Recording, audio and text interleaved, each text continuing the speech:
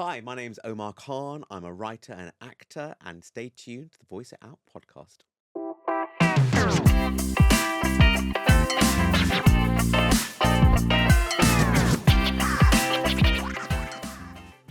Hi, it's Amrita, and I am, as you know, from the Voice Out podcast, and with an episode that I'm really excited to share today because it's with a guest that I have met along the way for quite a few years, but I feel like I've been watching him for much longer than that. It's Omar Khan. Hi, Omar. Hi, how are you doing? Hi, Amrita. Good, thank you. Hello, how are you? I'm really great, and thank you for having me here. Thank you for I love joining. the studio. This is a new studio, right? It is. It looks amazing. I love it. Yeah. Thank you. You know, you heard it here first. What can I say? So thank you so much for coming. I really am excited to talk to you today because I feel like I've spoken to you years ago and then you've done literally so much stuff since then. So like we were saying just before we started recording, you are literally a man of many talents. So I first know you from being a TV presenter is what my first association with you in my head was. And then you've also done acting, you've been writing, you've been doing a hell of a lot of writing. You know, you've been presenting still, you've done theatre acting, you're producing short films. I mean, what a journey. When you look back, how does all of that make you feel? Oh, it's amazing. You just don't know when you start off in this industry where you're going to go and where you're going to end up. I started off as an actor thinking my dreams to be in Bollywood. I'm going to go off to live in Mumbai. Really? I'm going to be a Bollywood film actor and I'm going to be great. And I'm going to win film fairs. And then you're kind of like, Love it. I actually did live out in Mumbai for a couple of years. But then things change. You realise, that actually... No, I want to have my life back in London. I want to, I want to act. And then as the acting was going on, I fell into writing, and the writing was happening. And then the next thing I knew, I was making short films. And it's one of those things. It's been because it was never, none of this was ever planned. It was just the next thing that happened, and I kind of thought, oh, this is where I want to go next, or this is where I see my future going next. And then you just sort of take that next step and move on. So it's kind of evolved, I guess, is a better way of looking at it over the years. Yeah. That was actually going to be my next question because obviously I don't know, and that was going to be another question actually. I don't know exactly what you wanted to do in your career, obviously, when you were younger. But does what you're doing actually tick any of those boxes, or is it completely away from what you actually aspired to be? I think when you're younger, you're sort of more enamored by different things like, oh, I want to be famous, or I want to be rich, or I want to be like on every billboard going, and, I want to win an Oscar or whatever it is kind of thing. There are different things. And I think, and I can't speak for everyone, obviously, but for me, certainly, it becomes more about the journey kind of thing. Am I enjoying the journey? Am I enjoying what I'm doing kind of thing?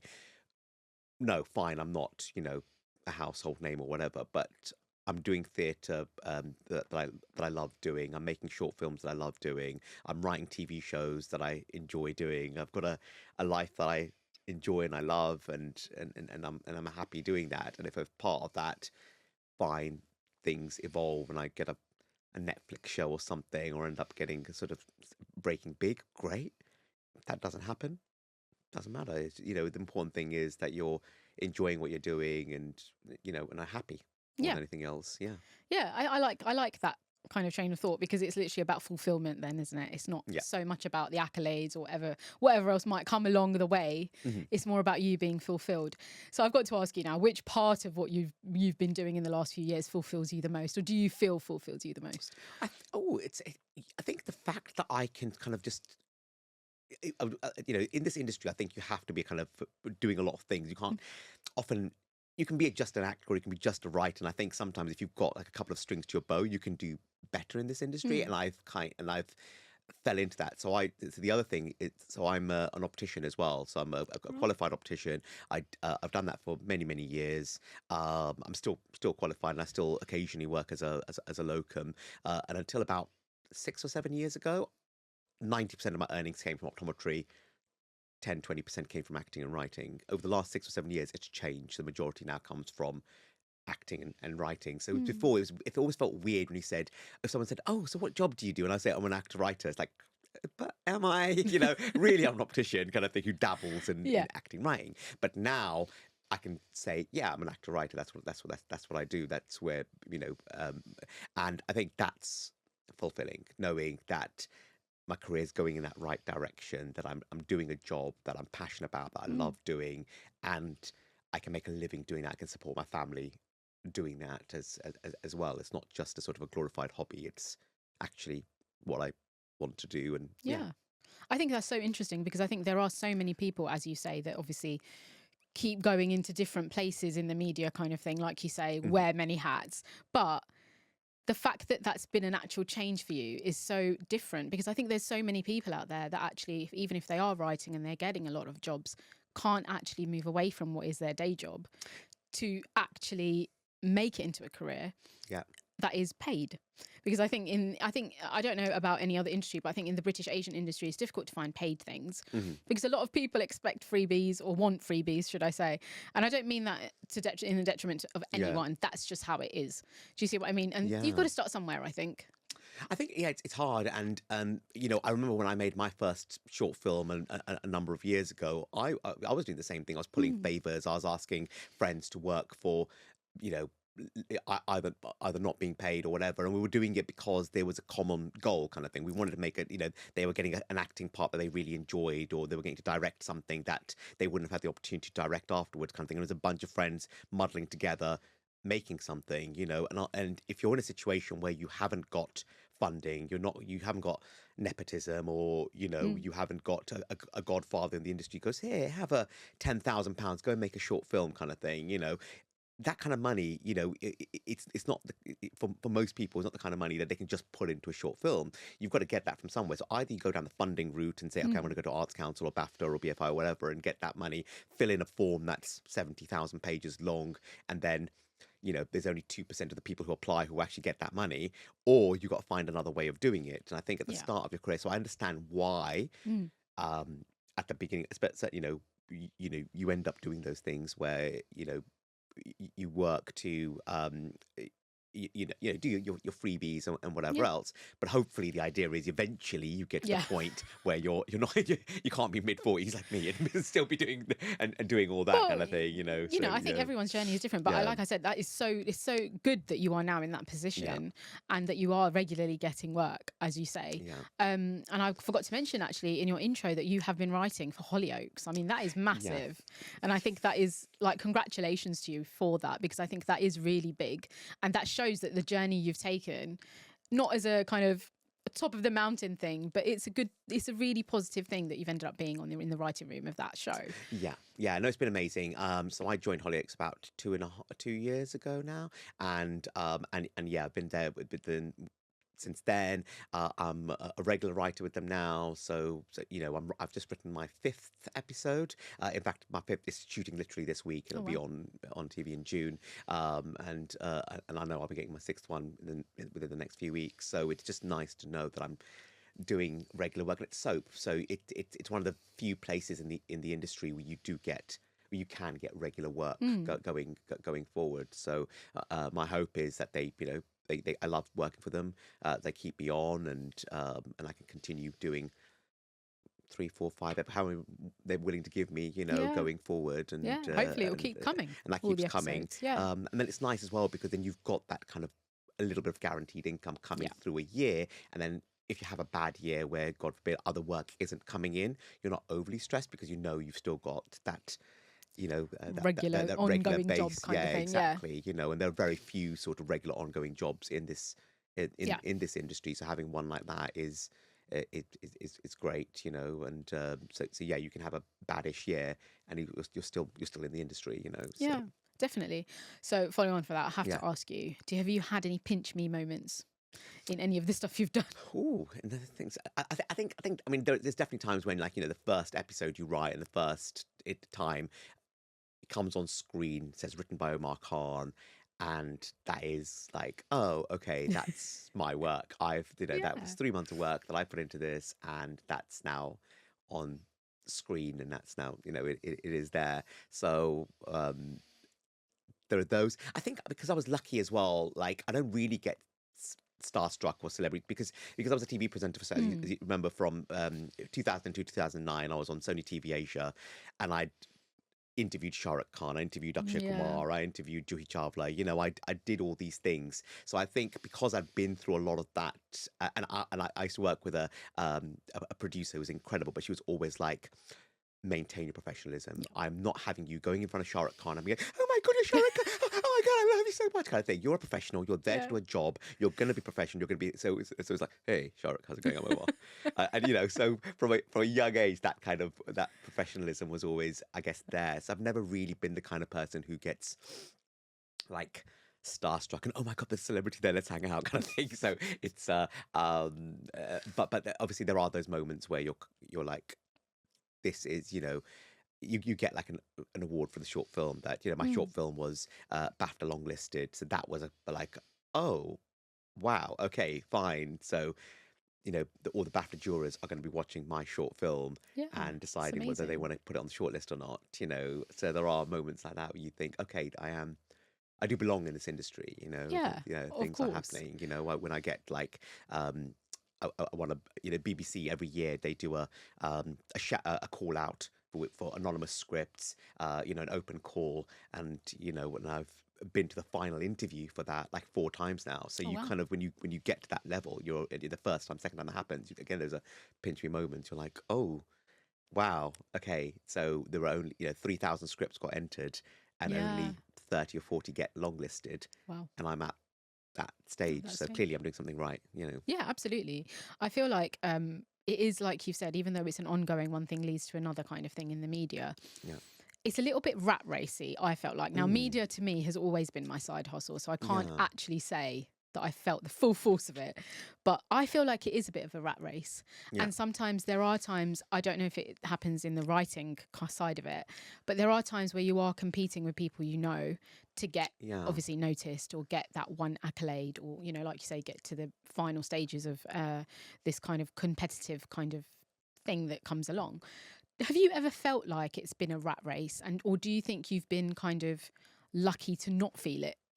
I think the only time I really felt it was when I was in Mumbai. So when Hmm. I was living there, that then felt very rat racy. I was there to be an actor. I wasn't working as an optician there. So that's my day. My job was literally wake up, get myself sorted, go to an audition, and you know, you get loads of commercial auditions over there. So the way it works is, um, TV and film, it's invite only, and you're not going to be going in for those kind of auditions unless they know you or you're of a certain level Hmm. or whatever else. So the majority of auditions you go for a commercial. So literally you go for 3, 4 commercial auditions a day, and these things, like, it's a, you know, first come first serve. So you get there, there's already 20 people ahead of you in the queue. You're waiting an hour to be seen. Then you go to the next place. You're waiting 2 hours because, you know, the queue's even longer, and it's hot and there's no air conditioning, Oh and it's, man. you know, it's um everyone's, you know, you really feel the volume of, because over in India as well, there isn't this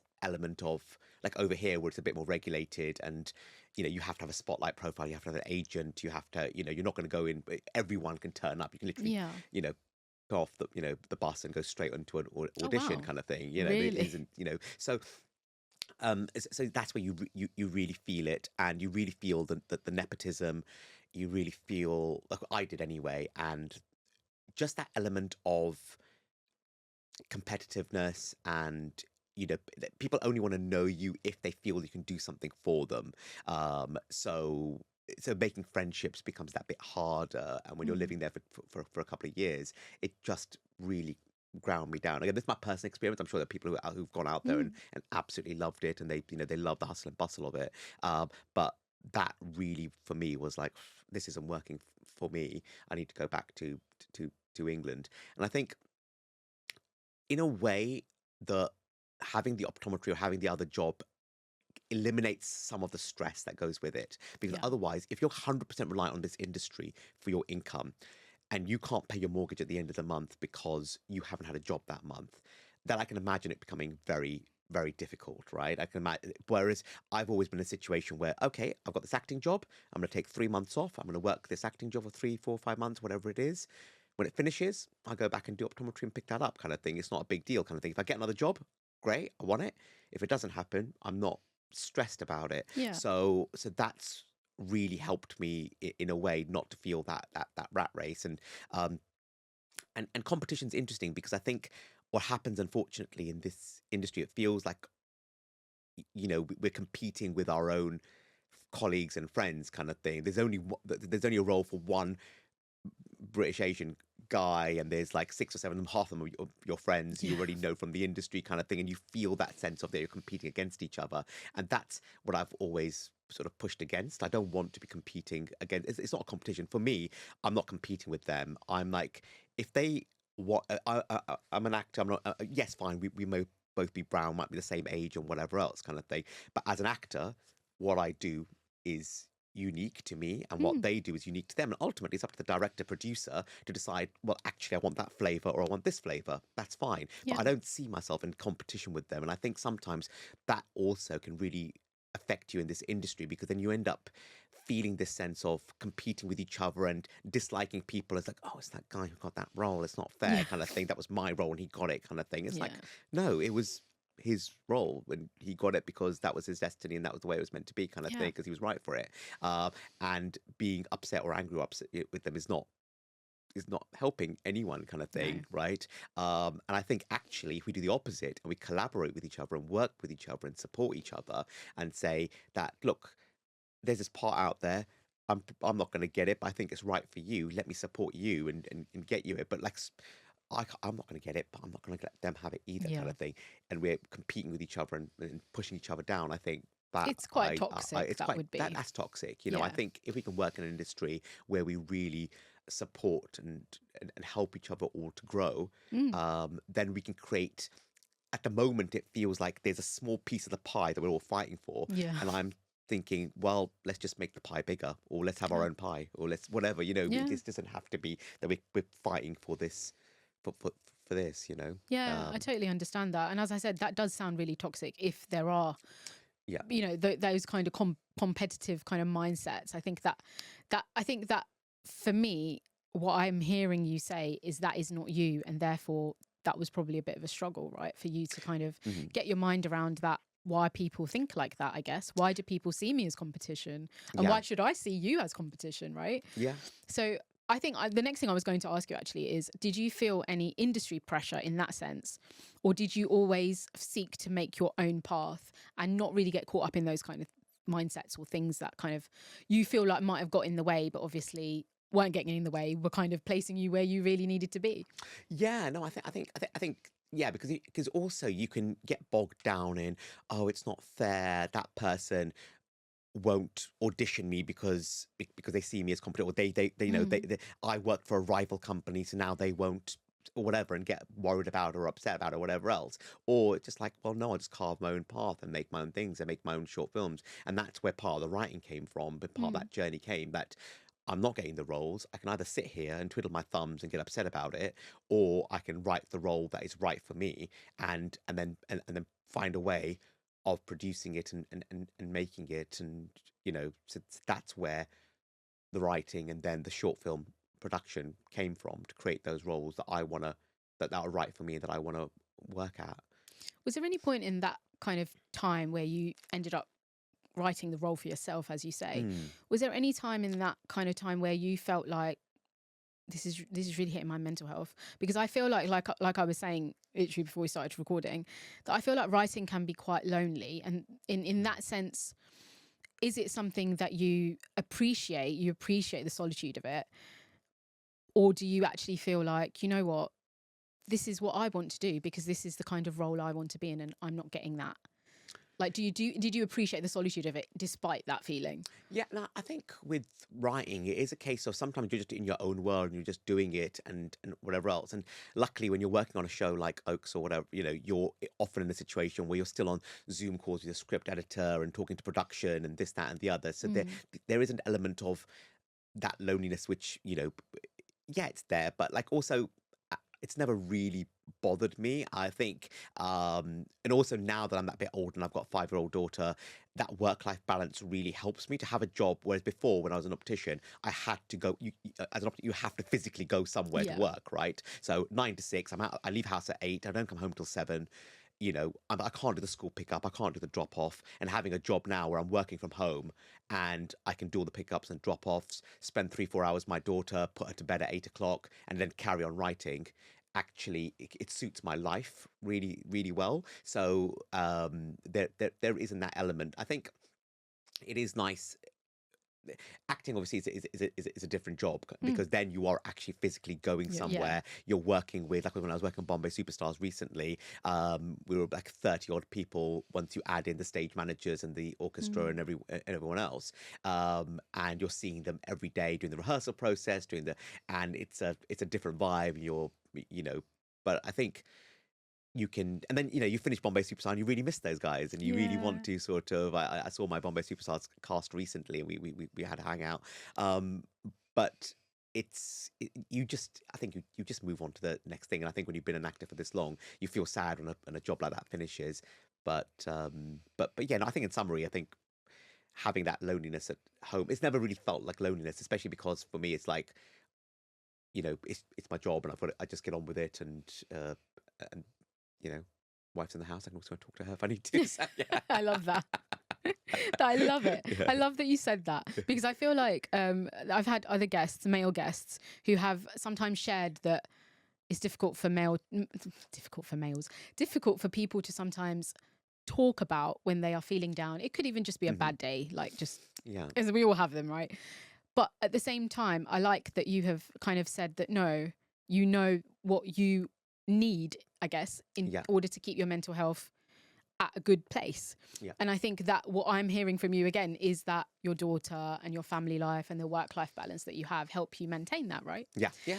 So what would you say, it's a really random question because obviously you've just said what you've said, but I just wanted to ask, as a male and as an Asian male, that I feel like we don't have, like you say, enough representation in terms of mental health, people talking about mental health in the British Sure. Asian community or even just the British media. I think now people do talk about mental health a bit more. I think after the pandemic, that's kind of changed a little bit. Yeah. But for you, even writing a script, for example, how much does mental health or men's mental health play on your mind when you're kind of thinking of a character and wanting to kind of incorporate stuff like that so that people can see that, you know what, this person looks like me Yeah. and is going through the same thing that I'm going through, and I can take kind of lessons from it or just identify with it, I guess. Yeah. I think with most stories, you have to be looking at the mental health of a character and the psychology of who they are and what that's about.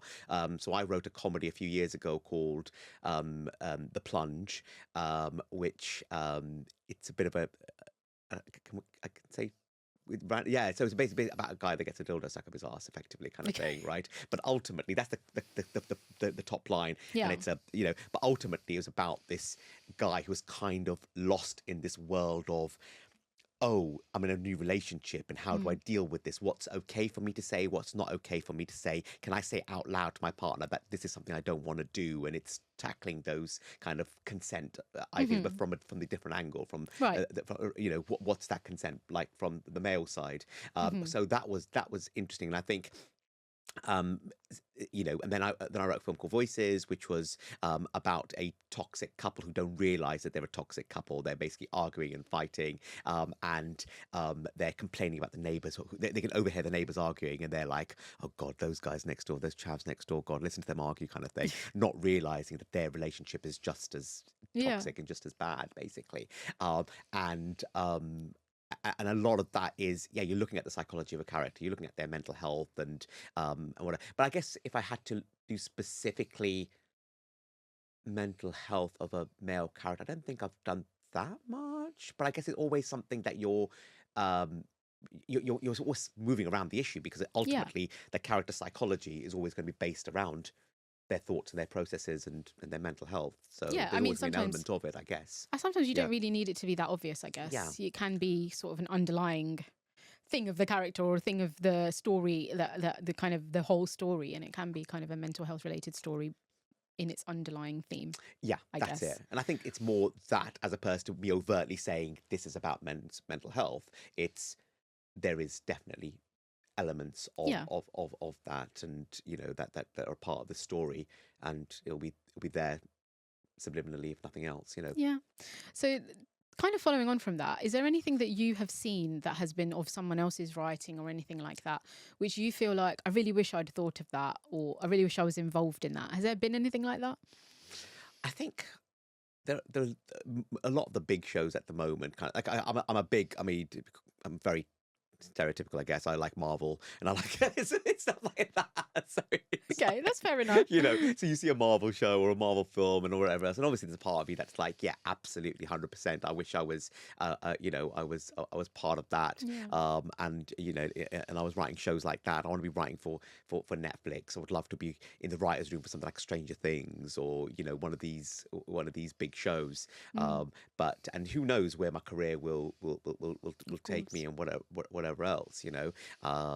Like it was a British Asian writer who was the head writer on Captain Miss Marvel. So it's not something that's unattainable. It Yeah, is something absolutely. that is, it is possible. I think it's just a case of, I think just being ready for the opportunity when it happens. But yeah, there's some great stuff on Amazon and Yeah. Netflix and Disney that I would absolutely love to be in that writers' room if that opportunity ever came, Of and course. especially sort of if it's sci-fi and time travel and superheroes and things like that, all that kind of, So interesting. yeah. It's like, oh yes, I love writing for soap, and I love writing all Yeah. the juicy love triangles and all the rest of it. But yeah, I'd also like to, if it's something like that, then yeah, I'd 100% be behind that. Do you think that, obviously you've been in the industry for well over a decade? Do you think that, like you said, it feels not, it's not, it is attainable, sorry, that you can end up in a writer's room like that as an Asian? Do you think that's changed recently, or have you felt that struggle that, oh, I'm going to be almost typecast in a way Yeah. because I don't have the experiences, or they think that I don't look the right way, or, will know how to write this? Do you think that that has changed over time? It's definitely getting better. Mm. So it was so one of my really good friends, Shahid Khan. He so we were actors together back. We were on tour together. He got nominated for an Olivier 3 years back. Basically, he wrote a play called 10 Nights, and he got Mm. and in your head when you're younger, you think, an Olivier is an Olivier kind of thing. That's like something that's so far away or so unattainable for someone like me or whatever else. And now I'm literally friends with someone who's been nominated for one. So it doesn't feel like Yeah. completely unattainable. One of my other really, really good friends, Samara, she wrote on Messiah, she wrote on Manifest, she wrote on a show called Lupin, which was nominated for an Emmy. Love So that show. and a Golden Globe, I Yeah, it think, as was. well. Yeah. So that's my direct friend who I hang out with. Wow. Wrote for a show that was Golden Globe nominated, Amazing. and like 10 years ago, 15 years ago, that wasn't a Yeah. thing. But now, as and also it's the circle I keep, the friends I make are all part of that industry. We've all grown together and started off from that kind of grassroots level and have gone up Mm. the stage one by one. So you see that and you feel like it's not unattainable. Yeah. It is something that can happen. Like, I was watching the Day of the Jackal the other day, which is an incredible show. And there's I've forgotten his name, but there's a South Asian writer who wrote on Day of the Jackal, and you sort of think that's so high end. It's like Eddie Redmayne and Lashana Lynch, Yeah. or like one of and that. So I think there are, obviously Virdi, which has come Yeah. out recently. Yeah. These are shows which are being either the South Asian person is in the writers' room and is part of it, or is literally helmed by the showrunner, Yeah. is someone Exactly. who's South Asian. And these shows are being not just made, but they're being appreciated, they're being critically acclaimed, and so the opportunities are there, and it's happening, and it's moving. And I think 20 years ago that wouldn't have been the Yeah. case. And whether that's more because of diversity schemes, whether that's just the nature of, and also our own, 20, 30 years ago, it was very rare. Like a lot of South Asians like me, oh no, I'm going to become a doctor or whatever else. I'm not going to So become true. now Yeah. the younger generation feel more confident to say, no, mom and dad, I want to be an actor, or I want to be a Mhm. writer. And the family can go, yeah, sure, go and do it, because they can see the success around them. They can say, oh yeah, that show with the, that's great. yeah, if you want to be an actor and you be like that guy, yeah, of course, go for it, kind of thing. They can see that it's a potential, that there is success there, and that there are people who are doing it. So Yeah. I think that's definitely changed. How it's changed and why it's changed, I'm not sure. But yeah, it does feel like it's something that's attainable. I'm a BAFTA member now, and the Yeah. idea that I, as a sort of a working class guy from Southall, would one day be a BAFTA member is, but like that's the journey I've come, and I've got there. So it's these things are attainable. Yeah, Yeah, of course. Congratulations on that, by the way. yeah. Thank you. That's fantastic that you are a member of BAFTA. Yeah. um, so I was going to ask you actually, do you think that is as a writer, I think this is probably a really obvious question, I'm going to ask anyway. As a writer, obviously we've just spoken about the fact that we are seeing characters who are of specific cultures. But for example, if we do take Virdi, Yeah. he is of a specific culture, but I think any culture could fit into it in a way. Sure. Okay. It's not, like it's not specific to a Sikh or an Asian culture, that character or that show. Do you, as a writer, often think about the specifics of the culture that the character or the storyline is in, or do you think that it's easier to kind of think of it can be interchangeable in a way between different cultures? I like specifics personally. I prefer specifics. I know there is this kind of some school of thought, like write the part, and then when it comes to casting, we'll just put in the best actor for the role. And I'm not against that. That's fine. That's fine. And it's definitely got a lot of South Asians, a lot of work, and that's fantastic, and getting incredible opportunities. But I do feel there's a space that when the character is South Asian, to actually bring in a flavour or an element of their culture to come into it and be part of it. There are times when you're watching something and it's a Muslim character, but they're doing something that perhaps is more in line with Hindu culture, and that specificity isn't there. And you, as a South Asian, are watching that, going, that feels wrong to me. That doesn't feel right. Yeah. But obviously, the majority of the public aren't necessarily going to notice that, and it's not important to them. Fine, it's not an issue. But yeah, no, I think for me the specificity should be there. So, but that's just but that's not to say that, if someone offered me a part and they said, this was originally written for a white guy, but actually we think you're right for it, we want to put you in it. I'm not going to say it there and go, well, can you change that so that, I'm not going to I want to be like, thank you very much. Where's the contract? How am I getting paid? So it's going to be like, I love that. So I think there's room for it. And it can even be a conversation with the director and just say, oh, this is a South Asian household. What can we do in terms of props to represent that kind of thing? Would there be a Ganesh Murthy, over there, or what can we do to just give it that flavour that it's not even overt, it's just there, kind of thing, to give it that that flavour, to say that this person is from this culture or whatever else. So absolutely. I think there is a room to make it specific. Yeah, definitely. I was going to ask you actually, relating to that. I don't actually watch Hollyoaks. I'm very sorry. What? You should. It's amazing. Maybe I'm going to have to start watching it. Got someone from the writers' room here, might have to start. So I was going to ask you that, obviously I've not actually, that's what I was going to say, not actually seen the specific kind of storylines that you have kind of lent your writing skills to. But at the same time, culturally, have you found it difficult, not even just culturally, I guess just generally, have you found it different, and how different have you found it writing for a soap? Because it's a specific kind of British thing, right? That's the only way I can put it, because I feel like our soaps are very specific to British culture. I think the thing with soaps are that it's a machine, right? There are 156 episodes being made every year of this show, and I'm writing 6 of them. So the way it works is I go into a writer's room 2 or 3 times a year.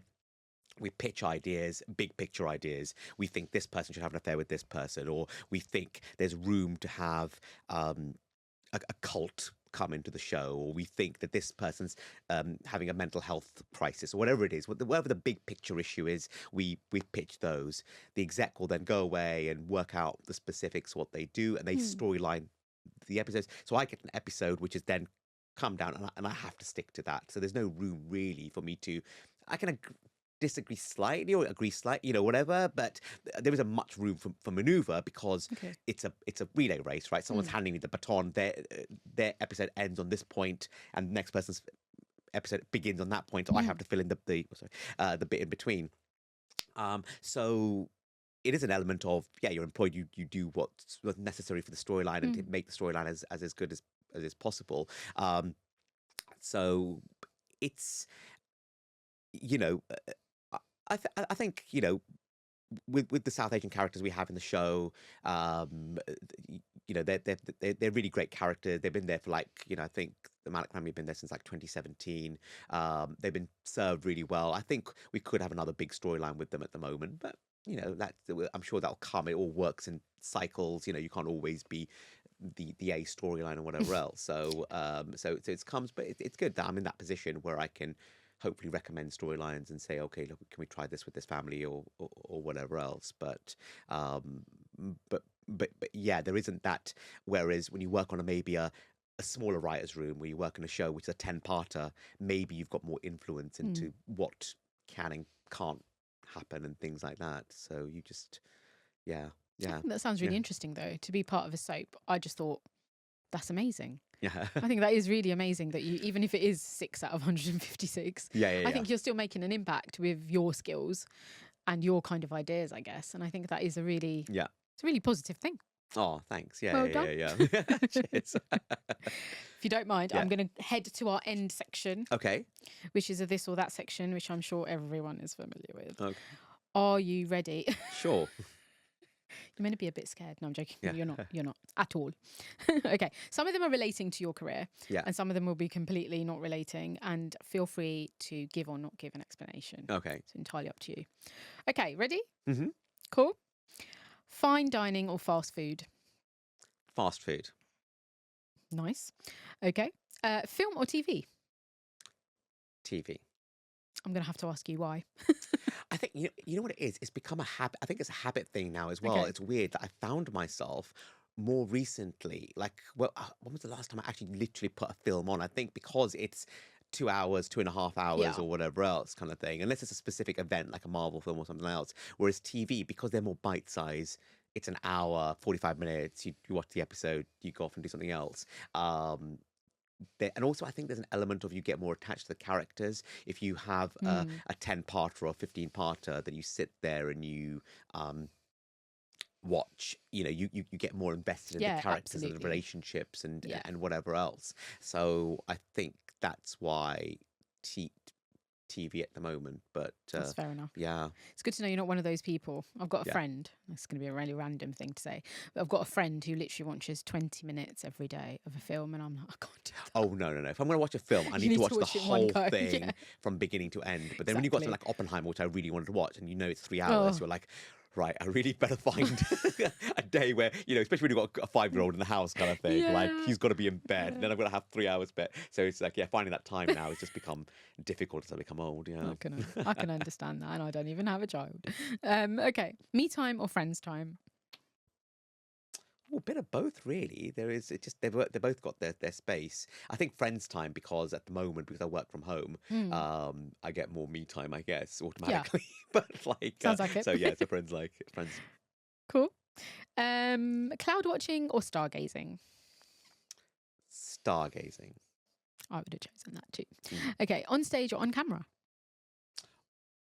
Oh, again, they both got their place. It's really interesting because they're both just, I think on camera. Cool. Last one.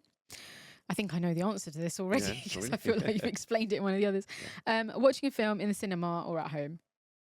Or watching a film in a cinema. If I'm going to watch it, then I want to be out and doing it. Doing just that. Yeah, doing just that. No distractions. Yeah, exactly. Yeah. Just Cool. dragging my daughter with me. Having to now watch Moana 2 and all that stuff, basically. That's true, actually. You have to watch those in one go as well. Yeah. Thank you so much. That comes that brings us to an end. Can you imagine? Thank you so much. I feel like this has been, I feel like I know so much more about you just in this last episode. Thank you so much for joining me. Yeah. And I wish you well with everything you've got going on. Oh, cheers. Thank you. And thank you for having me. I really appreciate it. And I just want to say, you did say that you have a feature film coming. Hopefully, fingers crossed, you will be shooting for it. So good luck with that as well. In November, yeah. Thank you so much. Yeah, exactly. Exciting. It's exciting. Yeah. It just feels like the next transition. We started off with short films. Yeah. And now the feature film feels like it's the next natural step to make. It's a big step because of financing and all the rest of it. But Hopefully, luckily, yeah. hopefully everything comes together. We keep our fingers crossed. Yeah, thank you so much. I'll let you know more about it when it's ready. Definitely. Yeah. Definitely. Please do. But yeah, so that's the end of the episode. First of all, I've got to ask your socials. I can't forget Yeah, of that. course. Please let us know where we find you. Absolutely. So Instagram is who is Omar Khan. And Twitter is, or X is Omar Strikes Back, but I don't actually use it, so maybe forget about that kind of thing. Yeah. So yeah, stick to Instagram, which is who is Omar Khan? The big question on everyone's lips. Well, hopefully not by the end of this. But thank you so much. And I really wish that you keep going with the Hollyoaks and all the things that you've got going on, and hopefully hit some new exciting things aside from the feature film. Yeah. Because I think we do need to see him. And also, I've got to also share the thing that we just said before is he's got a familiar face because he was in a very famous film that we have to mention. Yeah. I can't go ahead without mentioning this. I don't know, I've said it, I've left it until the last because like on purpose, because I didn't want people to think. But he is that person in Ye Jawani Hai Diwani, the one in the Dilli Wali Girlfriend song. It's true. It's you, isn't it? Yeah. Nena, tum yahan. Exactly that. So thank you so much. If all this time you've been thinking, where have I seen this guy in this whole episode? I think I've finally cracked it. Well, I've cracked it before. Yeah. I've burst everyone's bubble. He is that guy. Thank you so much. Thank you. Really appreciate you having me. I loved it. Thank you so It's much. great. I really hope And good luck with the rest of your that. the rest of season 3. Oh, Yeah. thank you. I feel like it's kind of like season 4, but season 3. Yeah. But thank you. I appreciate that. This has been the Voice It Out podcast, and I'm Amrita signing out. Remember, don't keep it in, voice it out. Bye.